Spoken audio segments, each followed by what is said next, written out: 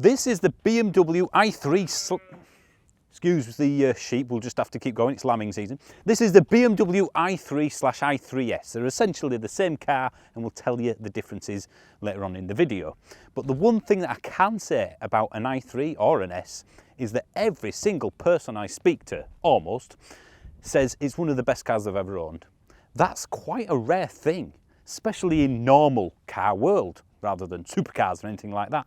So what makes it so good? Especially as now you can't buy it new and it's only on the used market. Does it make sense to get one?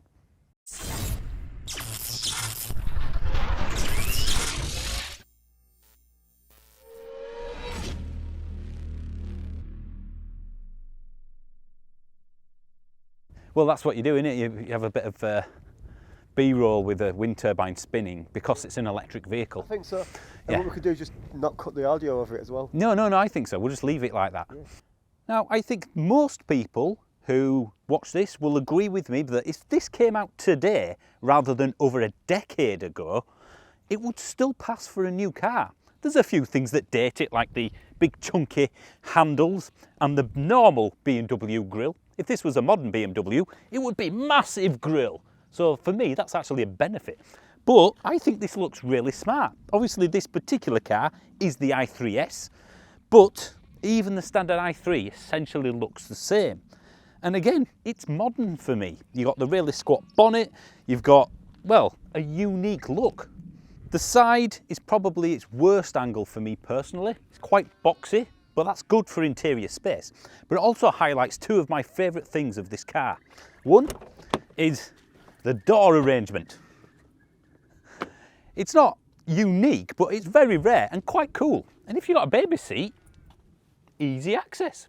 But it also has carbon fibre tub, which we'll talk about more later. The one Achilles heel that this arrangement has though, is that, well, two actually, is if you shut that door first, you don't want to shut that afterwards. And as the seatbelt is on the back door, you can't open the back door if somebody's sat inside. It's a rare event, it's never happened for me personally, but it is something worth mentioning. You know, with the tractor over there and these, I don't think fully charged have this problem when they're filming. Right, the back, it's an odd one, but it's unique. You're not going to mistake this for anything else on the road. And if I get the key out, for me, it's got two appearances. It sort of looks a bit like a Transformer-ish with its lights, and like it's got lots of bags under its eyes. Sleepertron, ladies and gentlemen. The Achilles heel of the i3, or i3S, both of them, is the boot size. It's quite small. I mean, it's a small car, but we're talking probably city car level. It's not even at super mini level. I mean, it's big enough for a shop, but there's times when it does kind of get in the way. With the seats down though, it's not too bad. Little clue that if you've got an i3S over the i3 is the fact it says it on the back, i3S. It's got wider wheels and that tractor is just back again. So the difference between the i3 and the S. The i3S is lower, a little bit. It's got different suspension setup. It's almost like the M division has breathed on it. You've got a wider track as well, so the tyres are a bit further out, which adds stability. And it's got about 10 brake horsepower more and a little bit more torque. Other than that though, it's basically the same car. Right, now the interior does date it a little bit. This is a period, should we say, BMW steering wheel with the usual buttons. It feels nice enough, but it's not up to maybe modern standards, if you will. The door cards, quite unique on this one. You've got this soft material, but then you've got this recycled material, which is very hard. We'll come back to that later though. And again, the rest of it is just, well, standard BMW stuff really. The one thing that definitely dates it is this, especially with the massive black bezel. It reminds me of an iPad 2. That's not too bad. And it uses the brilliant iDrive controller, so you can do your various stuff. And the later models, such as this one, come with CarPlay, wireless CarPlay and Android Auto. Actual buttons, you remember those? For your radio. Anyone that's got a BMW sort of Mini, you will recognise most of this stuff. So if I just press auto, it's fairly obvious thing. It's quite easy to use.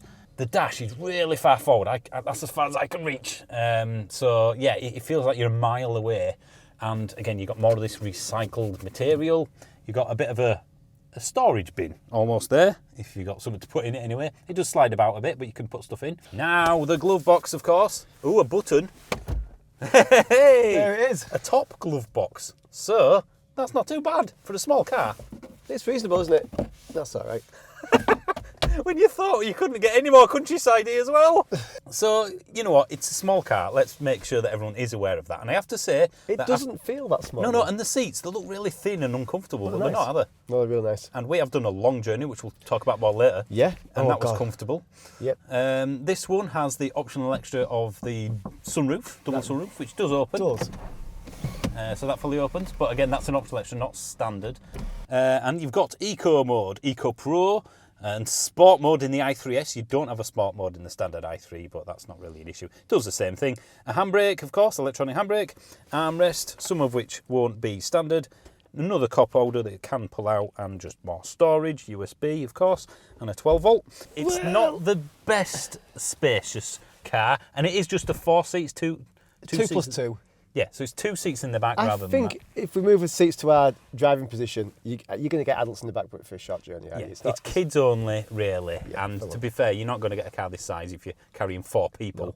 You've got a bit of a crossover SUV feel to it, haven't you? You do Yes. feel to be sat higher up than what you probably are. Let's take it down a road, because ultimately it is the ultimate driving machine, of course. It is, yes. It's a BMW. As is every BMW. That is definitely iPad 2 in it. Well, even worse. It's really low res and big bezel. Other than that, though, and a little bit of buttons maybe, it's held up. Well, I think the thing is that what BMW do really well is that the fact that they've never really changed that. Yeah. What about the recycled stuff? Do you know what? I'm not a fan, but I am. I like that. It's explained to me. I know what it is. I know why they've done it. And the same with the other materials around the cabin. If some of them do feel a little bit odd. Not BMW-esque. Yeah, I won't say substandard. They're not. Just it's odd. solid. Yeah, just odd. And it's very Like, solid. why have they used that? Well, it's recycled or it's recyclable. This car, the one we're sat in right now, which is a 2020 i3S, well into the 40s in terms of price, Yeah. does the interior match that? Because the one thing I think that the i3 has always had the problem with, it was too expensive. No, it doesn't, does it? It's Not not a in my 40 odd mind, grand no. interior, or even 30 odd grand No, interior. you've got. Even back then. I think you've got a better interior in a 20 grand Mini. Yeah, or even less if it was petrol. But you haven't got a carbon tub. That's what I love about this. The So money unique. in this is in the mechanics. The engineering. Isn't it? It's the engineering. It's, definitely. And that's almost a talking point in itself. yeah. The doors, the carbon fibre tub. It's a car person thing, Yeah, but it's cool. You're only going to get that out of a supercar. I like the thing is for me is that everything in this car, a little like a high-end Porsche, everything in this car is done for purpose. Yeah. It's got a carbon tub to save weight. It uses recycled materials. It's a purpose.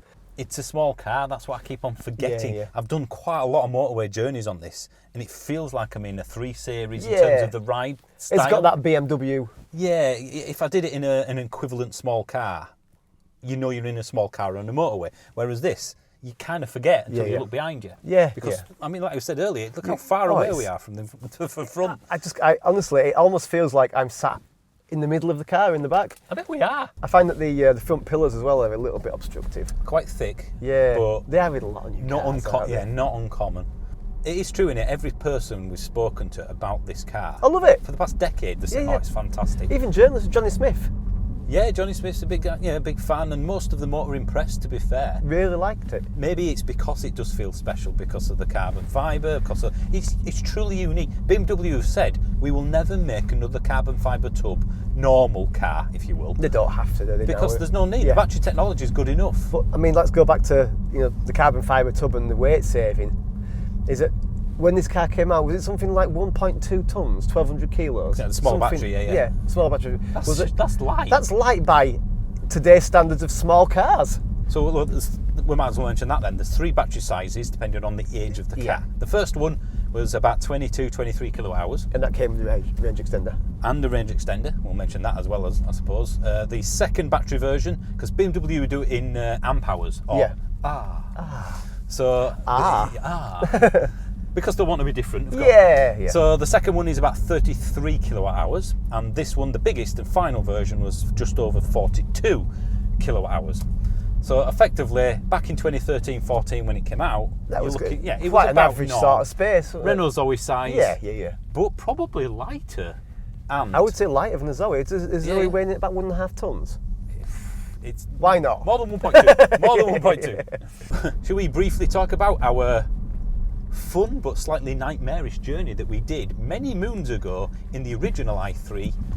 Well, it was the bigger battery version. Yeah. It was the 120R. But we were challenged to do the North Coast 500 in an electric vehicle. Yep. And we were told many times, weren't we? Yeah, you can't do North Coast 500 in an EV, at least not easily.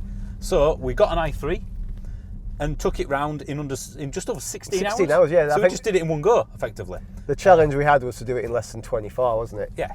But not only that, we did it in 16 hours and then drove home.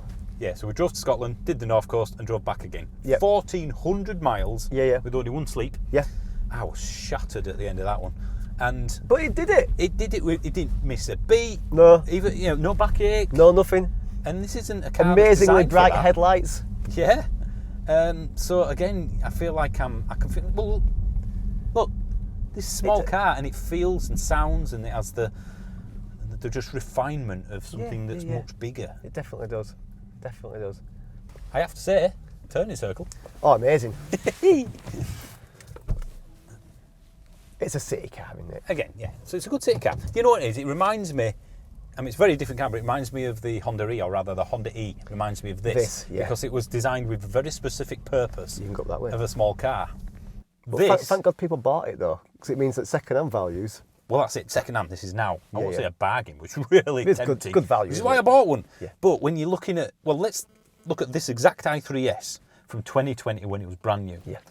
It was more expensive than my Model 3. Really? Wow. And you bought at the same time? About the same time, Yeah. same year. That's not worth it, is it? That puts it into perspective, doesn't it? It does.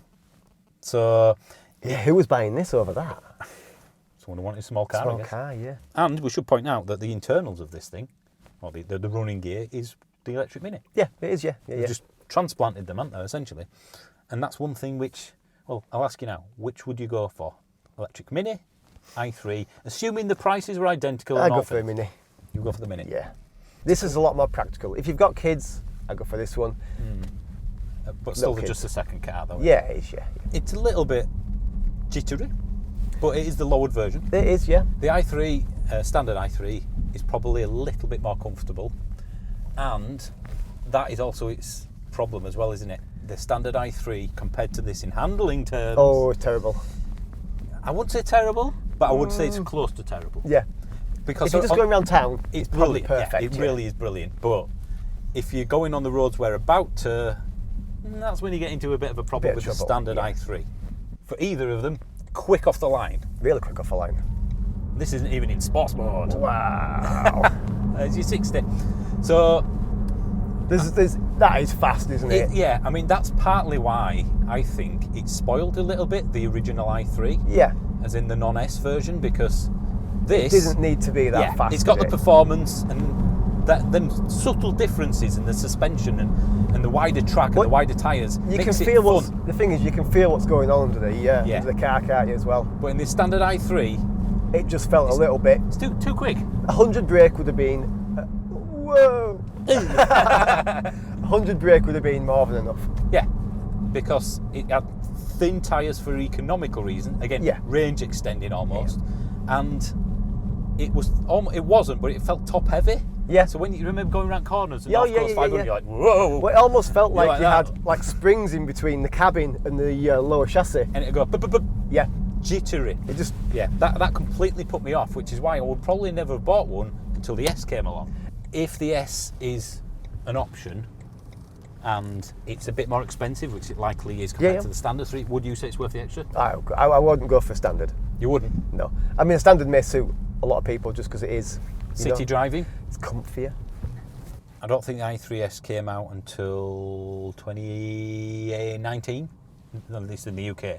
So some of them were the middle battery size, and then it went to bigger battery size. You can obviously get bigger options of the standard i3 that started in 2013-14, Yeah. and you're seeing them for now for £6 to £7 grand. Yeah. Bargains, aren't they, that price? And it's still just as quick. BMW have stated when they started building these that the battery would outlast the car. Yeah. 8-year warranty, I believe. So that remains to be seen. I've yet to hear of a i3 to be, oh, my battery's knackered. I don't hear any, any stories of that No. sort of thing. The only reliability thing I've noticed, well, not noticed, you've picked up on, because that's what you only hear about the bad things, don't you? DPF. Yeah, yeah, DPF get clogged. The charging port occasionally, I think a few other people, not the charging port, but just charging, and the heater air conditioner. All right. I don't know if they're common. I'm not saying they're common problems, but they're the only things I've heard of. Which, let's be honest, you have that in any vehicle. Exactly, and so they do seem Pretty very rock solid. reliable. Yeah, rock solid. Just the fact that you probably have to take it to BMW to get it fixed. Would you get a £6,000-8,000 original i3? As opposed to what? Well, just Zoe? well, yeah, because there's always going to be a couple of grand cheaper in it. Let's face it. Is it worth the extra? Well, you've got that BMW feel, which you're not going to get from any Renault, are you?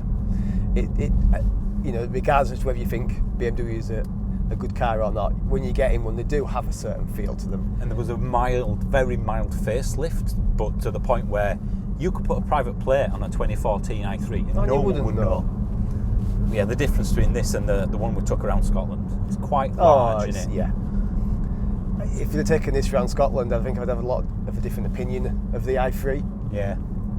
I say it did feel a bit skittish, but that's I why they brought this out. It just addresses it. Yeah.